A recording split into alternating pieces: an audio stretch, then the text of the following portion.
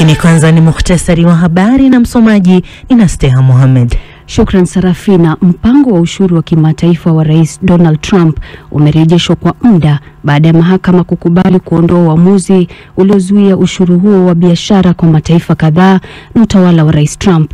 Awali utawala wa Trump ulitishia kwenda mahakama ya juu hii leo ikiwa uamuzi huo haungeondolewa. Afisa mmoja mwandamizi wa kundi la Hamas ameambia BBC kwamba pendekezo la kusitishwa kwa mapigano ambalo Israel imekubali halijumuishi masuala ya kibinadamu ambayo itaruhusu mamia ya malori ya misaada kuingia katika eneo la Gaza kila siku. Hamas pia imesema mpango huo haujatoa hakikisho ya kusimamishwa kwa mapigano kabisa. Wakati huo huo, afisa mkuu wa Umoja wa Mataifa anayehusika na misaada ya kibinadamu amesema watu wa Gaza wanakabiliwa na njaa ya kulazimishwa na serikali ya Israel. Mahakama nchini Argentina imetupilia mbali kesi ya wafanyikazi wa matibabu wa Diego Maradona baada ya kubainika kuwa jaji katika jopo hilo alihusika katika filamu isiyoidhinishwa kuhusu kesi hiyo. Mahakama ilikuwa imesikiliza ushahidi wa mashahidi 50 wakiwemo mabinti wa Maradona. Na hatimaye serikali ya Ufaransa imetangaza kuwa uvutaji sigara katika maeneo yote ya nje ambayo yanaweza kufikiwa na watoto, ikiwa ni pamoja na fukwe za bahari, bustani, kumbi za michezo na vituo vya mabasi, umepigwa marufuku. Lakini marufuku hiyo haitatekelezwa katika hoteli zilizo na maeneo ya nje. Karibu theluthi moja ya watu wazima wa Ufaransa bado wanavuta sigara, kiwango ambacho ni kubwa kuliko ilivyo katika mataifa mengine ya Ulaya. Hii ni BBC. Na mukhtasari wa habari umesomwa na Nasteha Mohamed.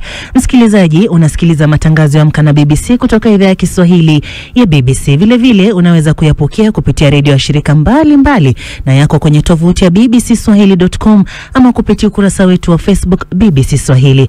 Leo hii uko nami Sarafina Robi.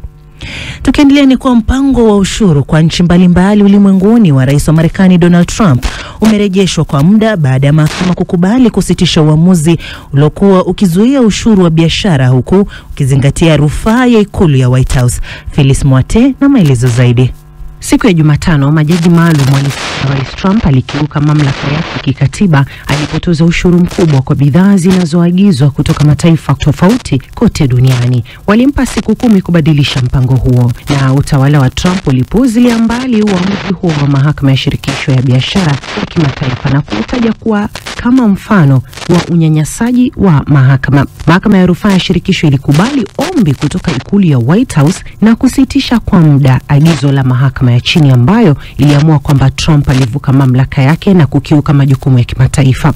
Biashara ndogo na baadhi ya majimbo walikuwa wamepinga hatua hizo ambazo ndizo msingi wa agenda za kiuchumi na kimataifa za Trump. Na mwezi wa Februari, Trump aliamuru ushuru kwa bidhaa kutoka China, Mexico na Canada, akisema hatua hiyo ilikusudiwa kusaidia kushughulikia mzozo wa dawa aina ya fentanyl. Kisha mwezi uliopita alizindua ushuru wa 10% kwa bidhaa kutoka nchi nyingi duniani na ushuru wa juu kwa bidhaa kutoka kwa washirika fulani wa biashara, ikiwa ni pamoja na Umoja wa Ulaya na China.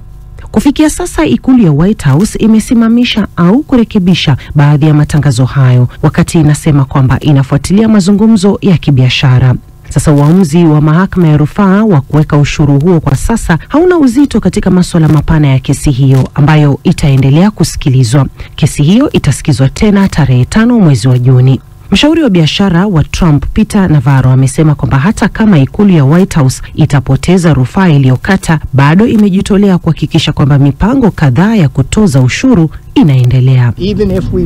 Mipango ya ushuru bado inasalia. Mahakama imetuambia tu, nendeni mtumie njia tofauti kufanya hili. Kwa hivyo mnaweza kujua kwamba tukishindwa tutatumia njia nyingine, na mpango wa ushuru wa Trump bado uko imara ili kuhakikisha bado utatekelezwa, ili kuokoa kazi za watu na viwanda na hisa za taifa na utajiri wetu. Na wamiliki wa biashara, ingawa wanaelezea afueni, wanasema kwamba bado hawahisi kwamba hali hiyo imetatuliwa. Maamuzi haya mawili, yaani kusitisha ushuru kisha kupindua uamuzi huo, yamekuja chini ya masaa 24 inayoonekana kuwa kama kimbunga ambacho kinaongeza machafuko karibu na sera ya kiuchumi ya Rais Trump. Na rais wa zamani wa Jamhuri ya Kidemokrasia ya Kongo ameripotiwa kutembelea mji wa Goma na kukutana hapo jana jijini humo na viongozi wa madhehebu ya Kikristo kwa lengo la kusikiza raia wa eneo hilo katika juhudi za kuimarisha amani na usalama mashariki mwa Kongo, ambapo kwa asilimia kubwa mkoa wa Kivu Kaskazini unadhibitiwa na waasi wa M23. Mengi zaidi na Ali Manyanza. Rais wa zamani wa Jamhuri ya Kidemokrasia ya Kongo Joseph Kabila amekutana na kundi hili la jamii jana Alhamisi kwenye makazi yake ya Kinyemote, karibu kilomita 10 mwambao mwa Ziwa Kivu magharibi mwa Goma.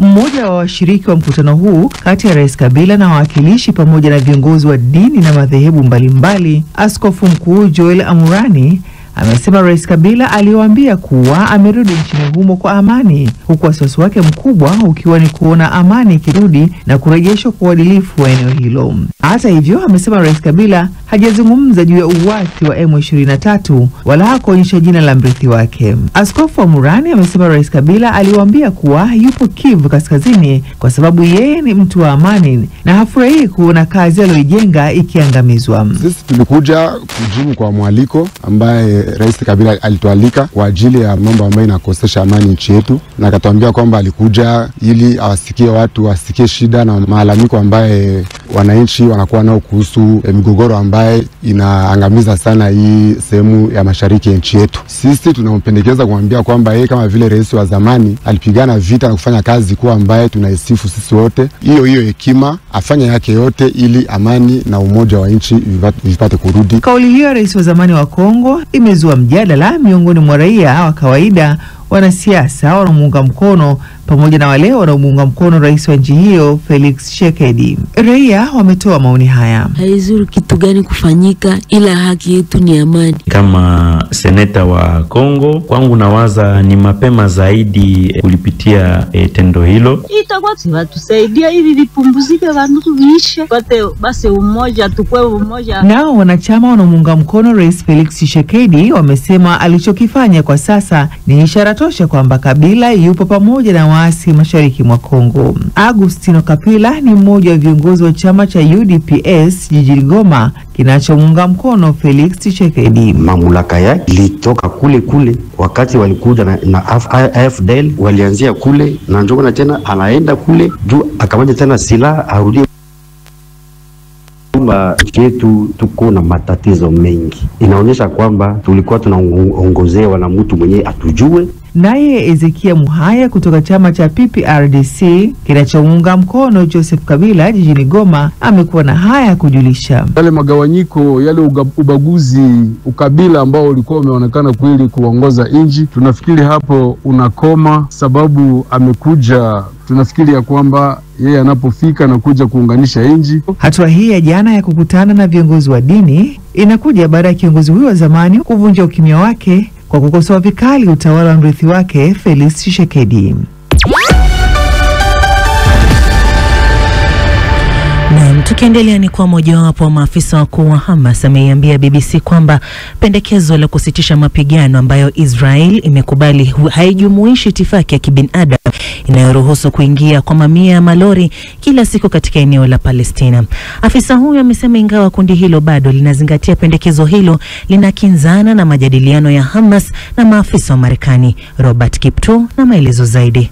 Marekani imesema kuwa Israel imeafiki mapendekezo yake kuhusiana na mpango wa usitishwaji wa mapigano katika eneo la ukanda wa Gaza, lakini afisa mmoja mwandamizi wa Hamas ameiambia BBC kuwa kundi hilo linapinga mkataba huo kwa sababu haikukidhi matakwa yao ya kimsingi.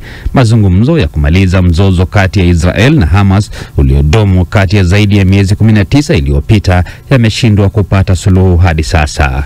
Ikulu ya White House hata hivyo imesema kuwa Israel ilikubali pendekezo hilo hata kabla ya kuwasilishwa kwa kundi la Hamas. Afisa huyo mwandamizi wa Hamas amesema mkataba huo ambao unajumuisha kuachiliwa kwa mateka unakiuka mazungumzo ya awali kati ya Hamas na mjumbe maalum wa Marekani Steve Witkoff. amesema mpango huo haujumuishi hakikisho la usitishwaji wa mapigano ambao utatoa nafasi ya kumalizika kwa vita kabisa na pia kurejeshwa kwa shughuli za kibinadamu ili kuruhusu mamia ya malori kuingia Gaza na kusambaza misaada ya kibinadamu kila siku.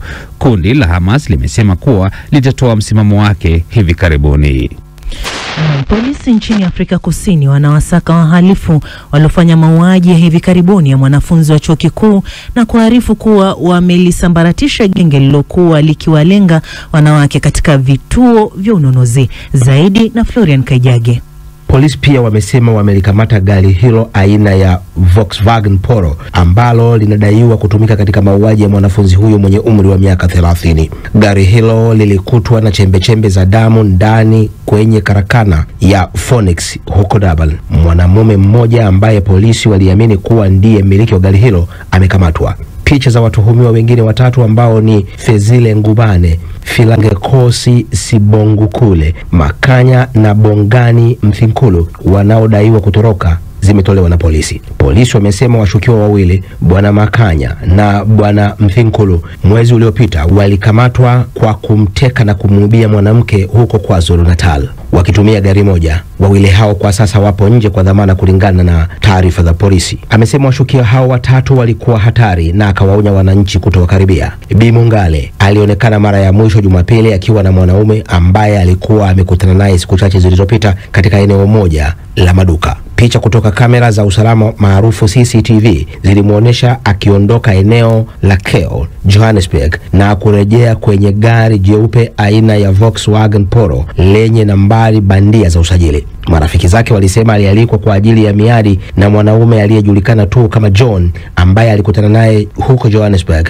ambako alikuwa akisoma shahada ya uzamili katika chuo kikuu cha Witwatersrand. Alimtumia mmoja wa marafiki zake ujumbe mfupi kutoka nyumbani akisema kwamba alikuwa na furaha na atajitayarisha kwa ajili ya uchumba wake, lakini polisi baadaye walipata mwili wake katika uwanja wa wazi na kuzua hasira ya umma na wito wa haki. Msemaji wa familia Griselda Kananda alisema mwili wa Bi Mongale ulitendewa kikatili. Bi Mongale alikuwa mhitimu wa uandishi wa habari kutoka chuo kikuu cha Rhodes na alifanya kazi kwa muda mfupi kama ripota wa vyombo vya habari katika tovuti ya habari ya Times Live. Takriban wanawake 137 wameuawa na zaidi ya 1000 kubakwa nchini Afrika Kusini kati ya Januari na Machi mwaka huu kulingana na takwimu za hivi karibuni kuhusu uhalifu. Na sasa tuelekee viwanjani naye Omari Mkambara. Nikianzia pale nchini Italia, klabu ya soka ya AC Milan imetangaza rasmi kuachana na kocha wake Mreno Sergio Conceição. Conceição alijiunga na klabu hiyo mwezi Desemba mwaka jana na kuiongoza Milan kumaliza kwenye nafasi ya 8 katika msimu ulioisha wa Serie A uliomalizika weekend iliyopita. Katika taarifa fupi iliyotolewa na imeeleza kwamba hawataendelea na kocha huyo kuelekea msimu ujao. Vyanzo vya habari kutoka Italia vinaeleza kocha mkongwe wa miaka 57 Massimiliano Allegri atakuwa anarejea Milani kwa mara nyingine kuweza kukinoa kikosi hicho.